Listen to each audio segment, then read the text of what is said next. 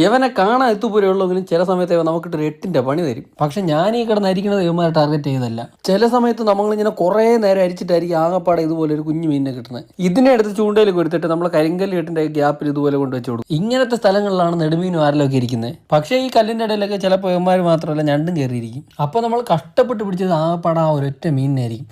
അതിനെ അവന്മാർ തിന്നുകൊണ്ട് പോകും. പക്ഷേ ഇന്ന് അങ്ങനെയല്ല, നമുക്ക് മടുപ്പില്ലാത്ത സാധനത്തിനെ കിട്ടിയിട്ടുണ്ട് ഗൈസ്. അത്യാവശ്യം നല്ല സൈസിലുള്ള ഒരു ആരലിനെ തന്നെ അതാ വിനീത് വലിച്ചു കയറ്റി. എന്തായാലും തുടക്കം കൊള്ളാം. നമുക്ക് വന്ന ഉടനെ തന്നെ പോസ്റ്റ് അടിക്കാതെ മീനിനെ കിട്ടി. ഈ മീനിന്റെ കുറുക്കിലും വാലിലും ഒക്കെ കുറച്ച് മുള്ളുണ്ട്. ആ മുള്ള് നമ്മുടെ ശരീരത്ത് കൊണ്ട് കഴിഞ്ഞാൽ നല്ല ചൊറിച്ചിലുണ്ടാവും. അത് കൊള്ളാതിരിക്കാൻ വേണ്ടിയിട്ടാണ് ഞാൻ തോർത്ത് വെച്ച് കവർ ചെയ്ത് പിടിച്ചിട്ടുള്ളത്. ഇനി അടുത്തൊരു മീനിനെ പിടിക്കണമെങ്കിൽ നമുക്ക് ഇനി വീണ്ടും ഒരു കുട്ടി മീനിനെ പിടിക്കണം. അങ്ങനെ അതിനു വേണ്ടി അരിച്ചപ്പോഴാണ് ദാ യവനെ കിട്ടിയത്. തീരെ കുഞ്ഞാ, നമ്മുടെ അവിടെ പാറഞ്ഞുണ്ടെന്ന് പറയും. കുട്ടി മീനുകളുടെ ക്ഷാമം തുടങ്ങി. നമുക്കിനി അവിടെ നിന്നിട്ട് കാര്യമല്ല, ഇനി അടുത്ത സ്പോട്ടിലോട്ട്. ഞങ്ങളത് 3 പേരാ. മൂന്നാമനായ അലക്സ്. അല്പം വെള്ളം കൂടുതലുള്ളിടത്ത് അസംബ്ലിക്ക് നിൽക്കും പോലെ വരി വരിയായിട്ട് മീനുകൾ നിൽക്കുന്നത്. പണ്ടത്തെ കല്യാണ വീട്ടിലൊക്കെ ഇതിന്റെ ഓല വെട്ടിയിട്ടാണ് ആർച്ച് കെട്ടിക്കൊണ്ട്